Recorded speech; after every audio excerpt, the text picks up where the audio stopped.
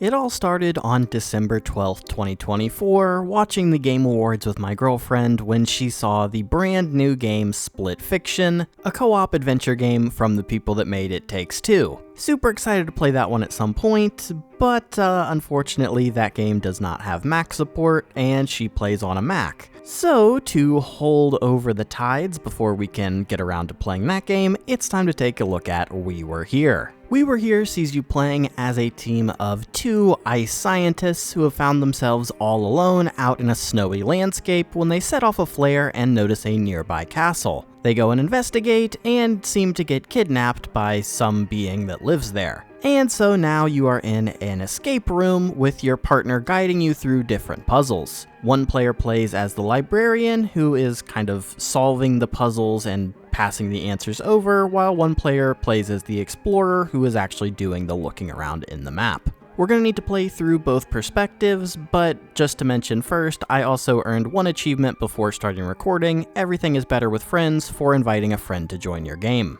So getting into the actual game here, I am starting out as the explorer role, going to be looking through each of the different rooms, and as we solve them, be progressing further and further into the map. We start out in this weird kind of standard dungeon looking area. The first thing that we need to do is look around and grab the walkie-talkie that has been conveniently placed right in the room next to us that will allow us to use the voice chat to communicate with the librarian in the other part of the map. We both spend some time looking around our respective areas, and the first thing that I notice is this bloody writing on the wall that says the answer lies. Kind of an ominous message to find. It turns out that the answer lies between the eyes, the two blue glowing eyes that are up on the pillars to our left and right, as we find a wall with some symbols that we can touch to potentially open up the next area. I don't know why I said potentially, it seems pretty obvious. We are definitely just getting started here, as this is a very easy puzzle as we earn the achievements I See You and the answer lies for escaping from the storage room and also playing it perfectly without making any mistakes. That opens up a gate which allows us to move into the next section of our map,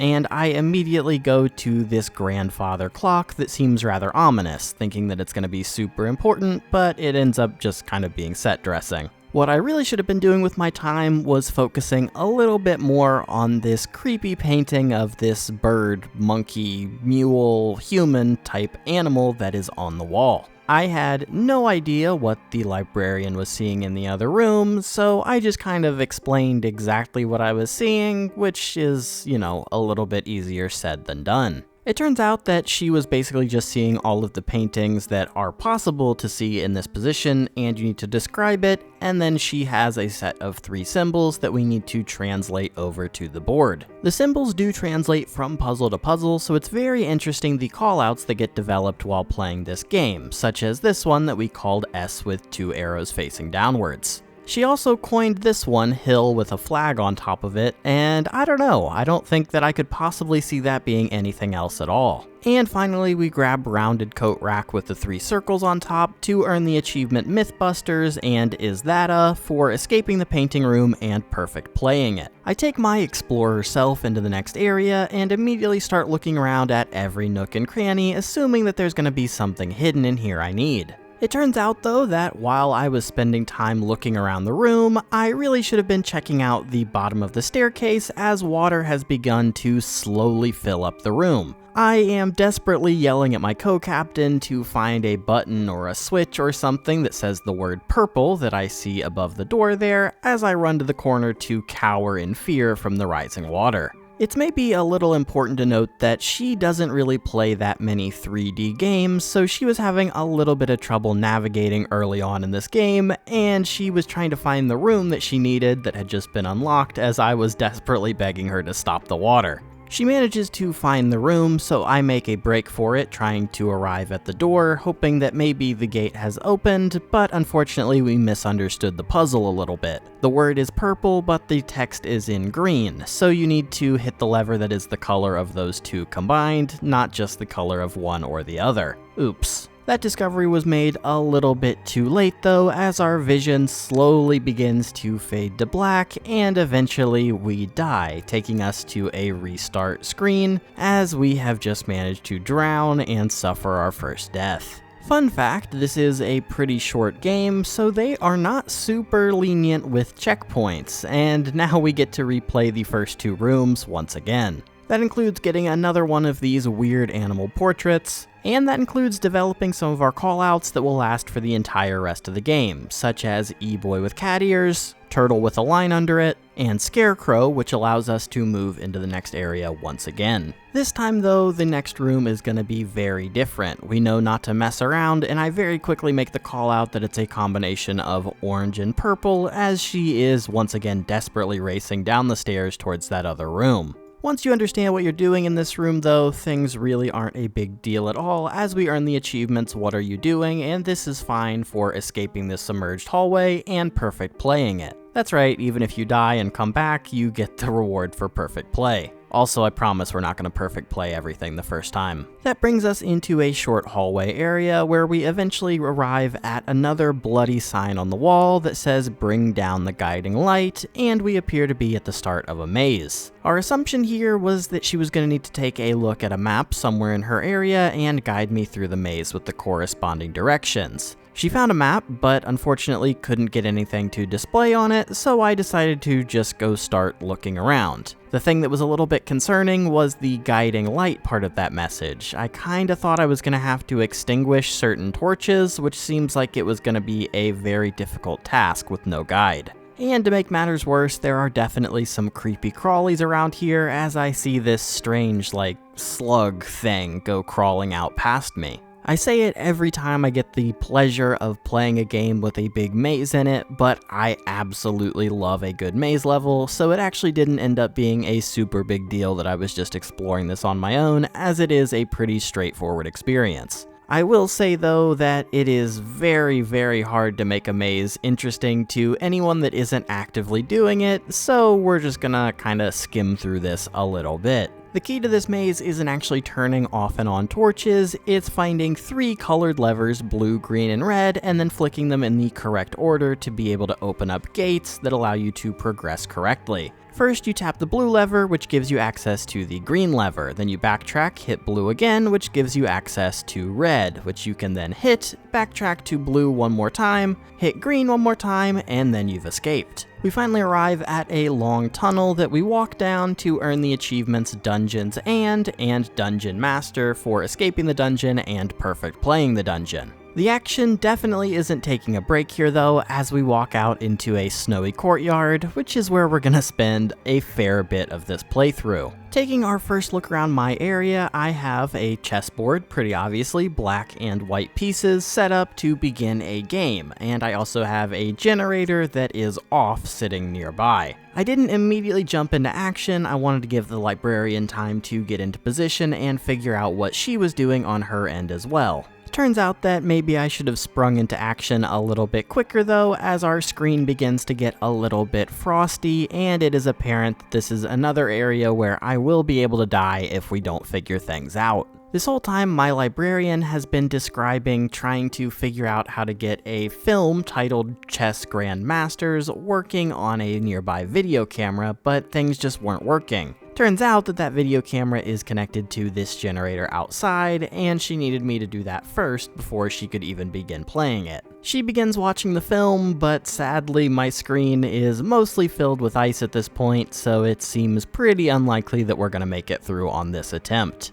And that is really confirmed when we die before we even really get to move any pieces, freezing to death and returning to the last checkpoint. Luckily this one is actually right outside of this room, so we're gonna breeze through now, I bet. And I gotta say, the second attempt is definitely off to a better start. We actually get to move some pieces this time. But there is a little bit of a breakdown from that point forward. Apparently the video that the librarian is watching is moving quite quickly, so it's a little bit hard to give the commands in order as I'm much slower to move the pieces. We freeze to death once again and sit on the checkpoint screen for a little bit to discuss the plan. The big problem here is that she is giving me the pieces to move in chess notation. She is looking at an actual chessboard and doesn't seem to understand until the post-game that I am just looking at black and white squares on the ground and I don't have the pieces marked out, so it's harder for me to do it in real time. On our next attempt though, we do manage to earn the achievement Ice Physics for completing the puzzle and escaping the frozen courtyard.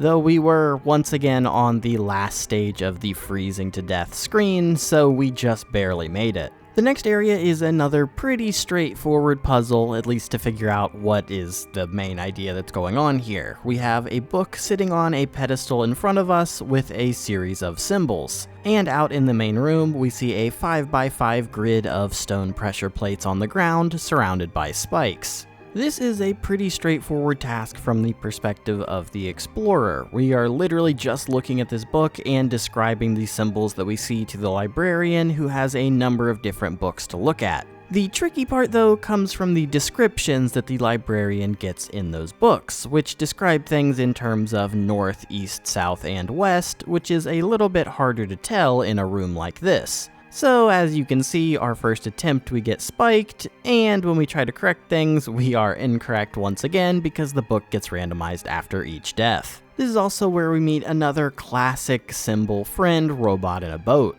It turns out that the third real attempt that we have at this is the lucky one though, as we manage to solve it without any real problems, as we earn the achievement Is That Another for escaping from the dark hallway. That takes us to the final puzzle area of the game. We find ourselves in the backstage area of a performance, where we see some pretty basic stuff. Some cardboard cutouts on either side, as well as some unmarked levers in the middle of the area, and a button to change from scene to scene. Our librarian is in the front of house for this performance and has a speakerphone that is reading off what's supposed to be happening in each scene. So with our unmarked levers, we need to figure out which one controls which of the cardboard cutouts and move the corresponding figures out into the limelight of the show in the correct order. These figures include a castle, a king, a queen, some people, and something that we were calling the Night King. While trying to complete our performance, my librarian was repeatedly telling me about a demon that was in the audience watching, and as the screen begins to get dark, we are clearly flailing around through this performance, and the marionette takes us out. Not a great start. We'll need to work on our acting for sure. That failure though wasn't all that bad. We did manage to replay the spike hallway from that point and perfect play at the first try to earn the achievement Vlad the Impaler.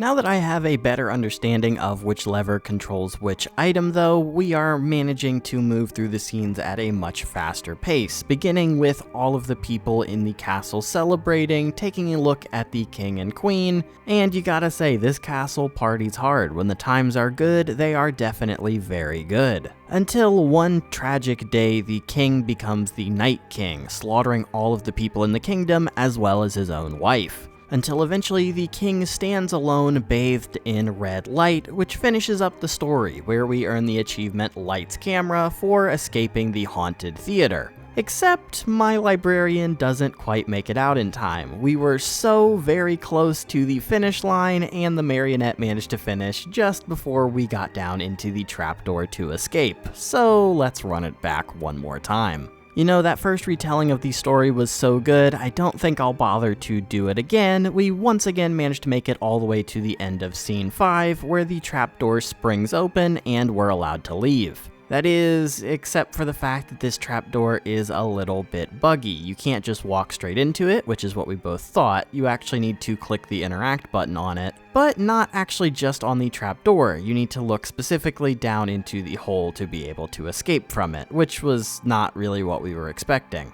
I managed to make it out of the trapdoor first, and I find myself in a long hallway where we can clearly see the outside once again. My librarian was also having a little bit of trouble though. Eventually, my librarian manages to figure out the magic of the trapdoor, entering the hallway next to me, and I sadly hold down the pressure plate, which opens up the gate and allows her to walk free back out into the freezing tundra. We earn the achievement Why Me for staying behind all alone, as the game asks, is there another way? That might make you think that there is a way for both people to escape, but not in this game. Anyway, let's switch perspectives and go again. So now I take over the role of the librarian. This is very cool to see what the other person was seeing as they were playing through the game. I really like that the game forced us to actually play from both perspectives to be able to get all of the achievements and experience this once again. Though obviously I will definitely have a much quicker trip through as we've already solved all of the puzzles, we just kind of need to talk through the new solutions. And I will say, this area was definitely not what I was picturing when she was describing it before. Our first puzzle is once again very easy. Our explorer guides us to which colored eyes are the two that we need to focus on, and we earn the achievement between the eyes for guiding them to escape the storage room.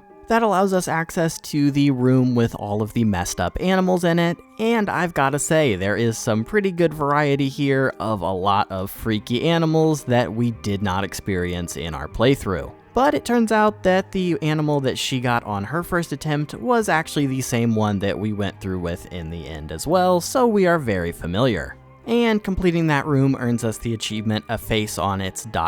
which is a very fitting title for the achievement. Next up is the drowning puzzle, and once again this is pretty easy, it's just matching up the two colors. Now you might notice that I missed out on one of those, and to that I say ignore it. We earn the achievement Antarctic Odyssey. The next achievement is called Guiding Light for assisting in escaping the maze. This is where two things that I mentioned before come to a head. I love mazes, and my partner is not super familiar with 3D spaces. This led to probably the most frustrating experience of the game for me, trying to guide her through this maze, but we managed to do it and we earned the achievement. The next puzzle is the chess in the courtyard puzzle, and I have got to admit that I was drastically underestimating the difficulty of getting this camera working. Now, I wasn't trying super hard, but I really did try to get this thing working and it would just not start for me, so shout out to my librarian for taking one for the team and figuring that out the first time through. And luckily, she watched the Chess Grandmaster video so many times trying to give me the moves that she had actually memorized the order that the chess pieces needed to go in, so she really doesn't need me there at all, as she earns the achievement Fool's Mate for perfect playing chess and Grandmaster for my assistance, as little as it may have been. Next up is the hallway with the 5x5 grid of pressure plates and the book with the symbols. This is another puzzle that I maybe didn't adequately describe to her on her first trip through as the explorer. Unfortunately, she actually did die a couple of times here, which is going to cause us to replay the game one more time, but we do earn the achievement South Pole for assisting. That leads us into the final stage and the front of house of the theater, and gotta say, the front of house definitely looks a lot more inviting than the back of house. We step up onto the stage as she begins to figure out what the levers do in a very similar process to what we did the first time around. You kinda need to match up what lever does what as far as moving the pieces goes. Wow, from the stage perspective, these pieces of cardboard actually have real pictures on them. That is so surprising. Didn't see any of that in back of house, just their little symbols. This final area is kind of fun because it is a little bit of a role reversal where the librarian is doing more of the explorer's tasks. You just gotta avoid looking at that creepy guy out in the audience. We get to the end of the performance and see the king bathed in the blood light from the perspective of the stage as we earn the achievement Don't Turn Around for escaping the theater and Killer Performance for perfect playing the haunted theater, though that's really more on the explorer. I once again really struggle to figure out how to utilize this trapdoor before realizing you need to do it kind of from an angle while looking down when I arrive at the tunnel where my explorer is waiting for me. Here we establish the precedent that the librarian always gets to escape as we earn the achievement Worst Friend Forever for getting out and leaving our friend behind.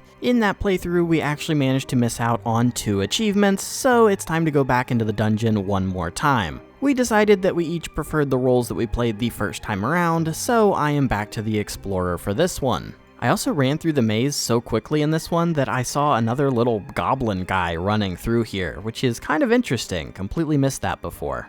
Our first achievement stop is actually also in the maze, as we earn the achievement Happy Ending for flicking the lever 10 times to shoot out some confetti. That is super cool, dude. And finally, we re-arrive at the final scene one more time, where we play through the whole thing again, and as we complete it, we earn the achievement Die Hard for playing through the entire game without dying a single time. This is definitely super easy once you've played through the game twice, as we pretty much breezed straight through it. We completed the entire game in about 12 minutes. Obviously not like speedrun top level, but you know, that's pretty good honestly. And we can officially say that we've done everything in We Were Here. We completed We Were Here in about 3.5 hours, even though for some reason Steam is displaying it on my profile as about an hour. Doesn't really make sense because I was definitely recording for the entire 3 hours, but whatever, it is what it is. I guess maybe we went offline or something at some point. We could have definitely done it faster. I mean, obviously with the final run being only 12 minutes, you could definitely do it much quicker, but I'm not going to complain as this game was an absolute blast. I really want to take a look at the other We Were Here games in the series, as well as the new game that's supposedly coming out this year from the studio called Where Are We? And also, you know, because I mentioned at the start, we are planning on checking out Split Fiction at some point. But again, that's like a Mac issue, so that involves like bringing out my old computer and getting her set up to play on it and hoping that it can actually run the game and do things relatively well. Which, it should be fine, but that's not interesting at all. What is interesting is this game, super fun and also free on Steam. Obviously, it is maybe a point down that it is mandatory co-op. There isn't a way to solve these puzzles on your own, though I guess you could run it on 2 different computers, though that might take a little bit of the fun out of the voice chat elements of it. As always, I hope you enjoyed this video. I super enjoyed playing this game and definitely look forward to checking out the other games in the series as well. If you have any comments, please feel free to leave those down below, and as always, I hope you have a great day. See you!